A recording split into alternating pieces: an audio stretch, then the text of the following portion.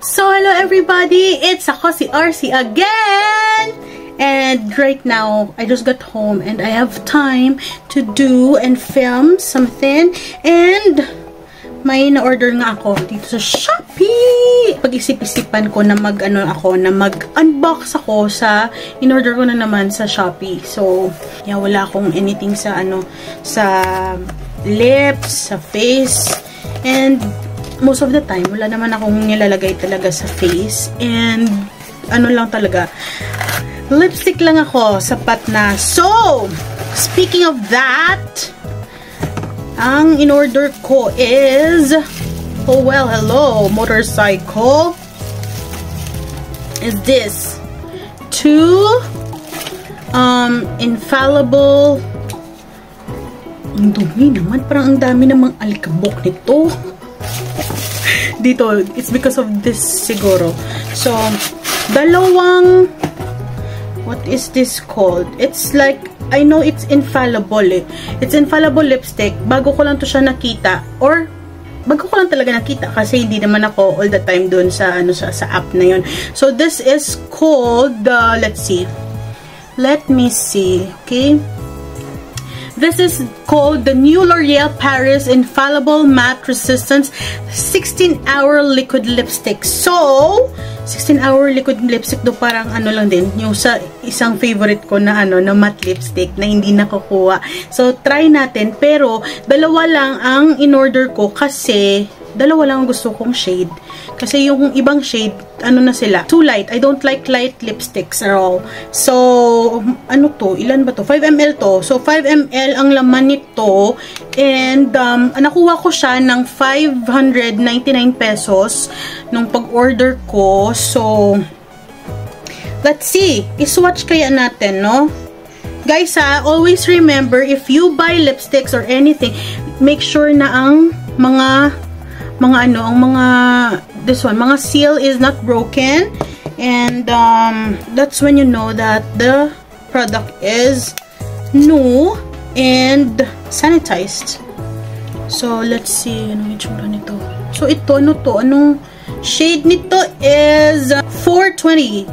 This is in shade 420 and ito siya. Oh, same lang din na doe foot applicator look oh. Yan. Bakit hindi ka nagfo-focus kasi? Sa akin siya nagfo-focus.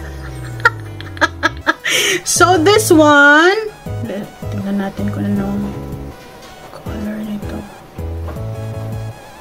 Oh, smooth siya. Actually, it's smooth.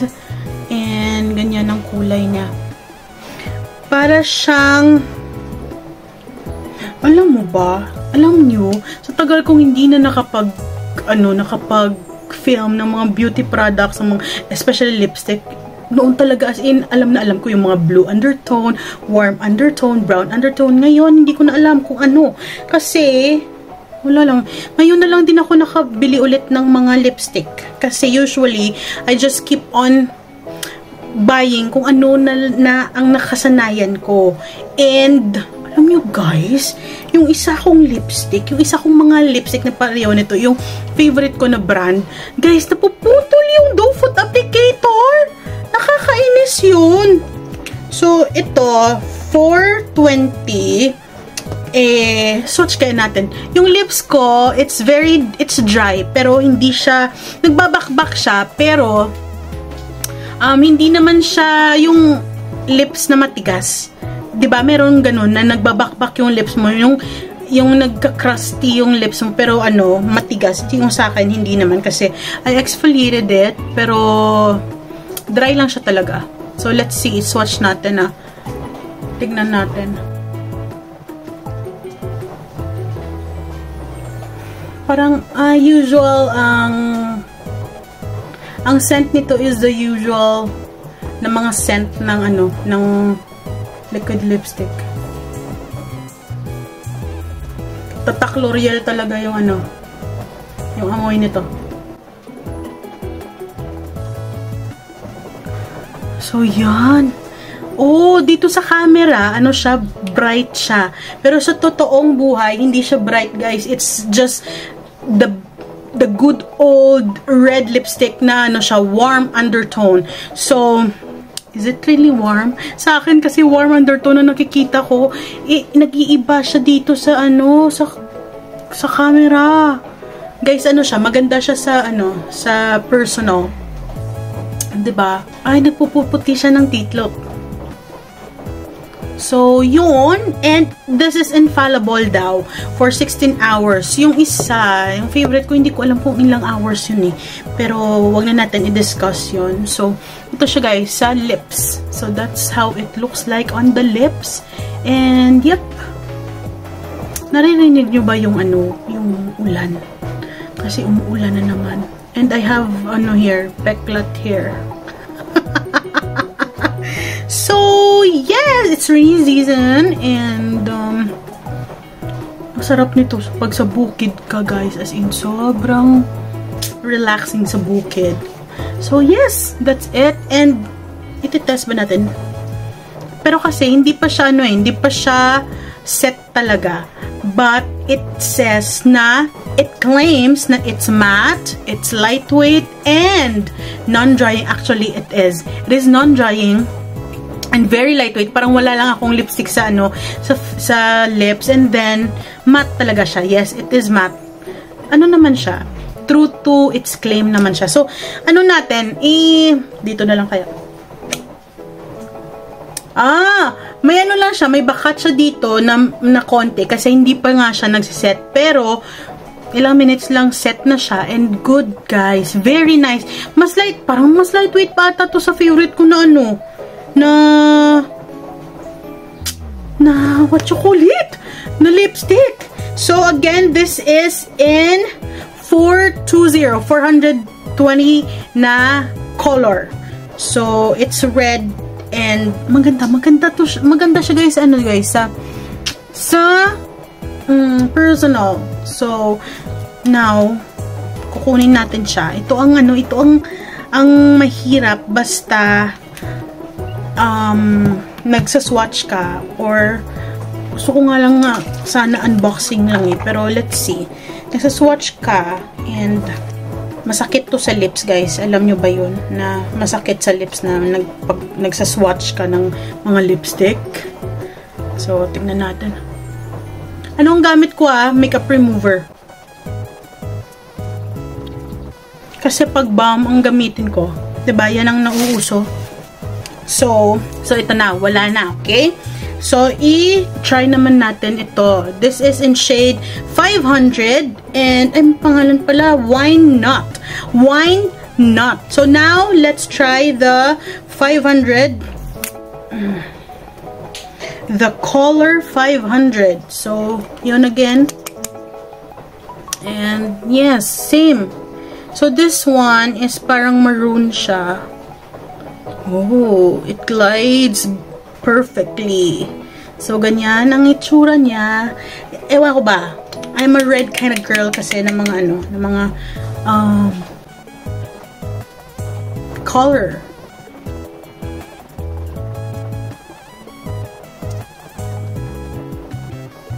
Grabe, ang ganda nito. Ang ganda ng kulay na to. Guys, ang ganda-ganda ng kulay na to. Sobrang bet na bet kong kulay. Actually, dalawa sila gustong-gusto ko. This one is parang mauve siya. Maroon na parang mauve na kulay. Grabe, ang ganda nito. And totoo talaga na matte siya, na non-drying siya, and lightweight. Very lightweight. Parang wala lang talaga akong oh my god, sa lips parang wala lang talaga akong lipstick. Mas magaan pa to sa favorite ko na lipstick. Oh my god. Ang ganda nito, yung kulay na to. Sana maglabas sila ng iba pang magandang red na kulay. Kasi ewan ko ba, yan ang gusto ko sa mga lipstick. Kasi ewan ko, pag sa akin kasi, why would you apply lipstick when it's not like pakak na pakak ba? Ano yung pakak na pakak ba? Yung parang yung kulay talaga, yung kitang-kita talaga yung kulay. Kasi 'di ba, meron ganyan nagli-lipstick na hindi naman ako basta ayoko lang talaga, sa akin lang talaga, ayoko lang talaga nagli-lipstick na light. Na mag-lipstick ka na, example, red siya, tapos hindi mo siya ilagay ng ng buong buo. So, what's the point of putting lipstick na red na hindi naman siya kitang-kita talaga? Parang ganun ba? Paano ko ba ma-explain yun? Ang hirap. Kasi yung nasa utak ko is Ilonggo words. But, anyways, basta sa akin, gusto ko yung ano talaga siya. Kitang-kita talaga siya. Sin pakak na pakak talaga siya. Ewan ko kung ano ang word na pakak sa Tagalog. Yung, ang ganito, yung kitang-kita talaga. So, yun. Ganyan ako eh. Kasi, kontento na ako if lipstick lang. Wala na. I don't go out with what you call that? Foundation and full makeup. I don't even put sunscreen because nalalagkitan ako kahit anong sunscreen pa yan, bahala ka sa buhay mo. Basta yun, wala ako, hindi din ako ma-apply ng mga kung ano-ano sa face. So ako yung ano ko talaga, yung kaadikan ko talaga is lipsticks. I'm a lipstick junkie kind of girl talaga. And liquid lipstick. I'm not into bullet lipsticks because bullet lipsticks usually natatanggal siya. You have to reapply them. I want lipsticks na hindi ka na kailangan mag-reapply kasi tamad nga ako mag-reapply. Tamad din ako magbitbit ng lipstick, guys. So, every time I go out, pag alis ko, naka-lipstick na ako and hindi na ako nagre-retouch. So, yun ang mga type ko ng mga lipstick. It's like infallible, matte, and all. Yan ang mga bet ko and yan ang mga luho ko. Yan ang luho ko, guys. Lipstick and food. So, yes! Again, this is in shade number 50. So, ito siya. So, yes! Dalawa lang, guys. Dalawang kulay. This one is 420. This one in 500. So, I bought them again at 599 pesos each. And I got them at the Orange app.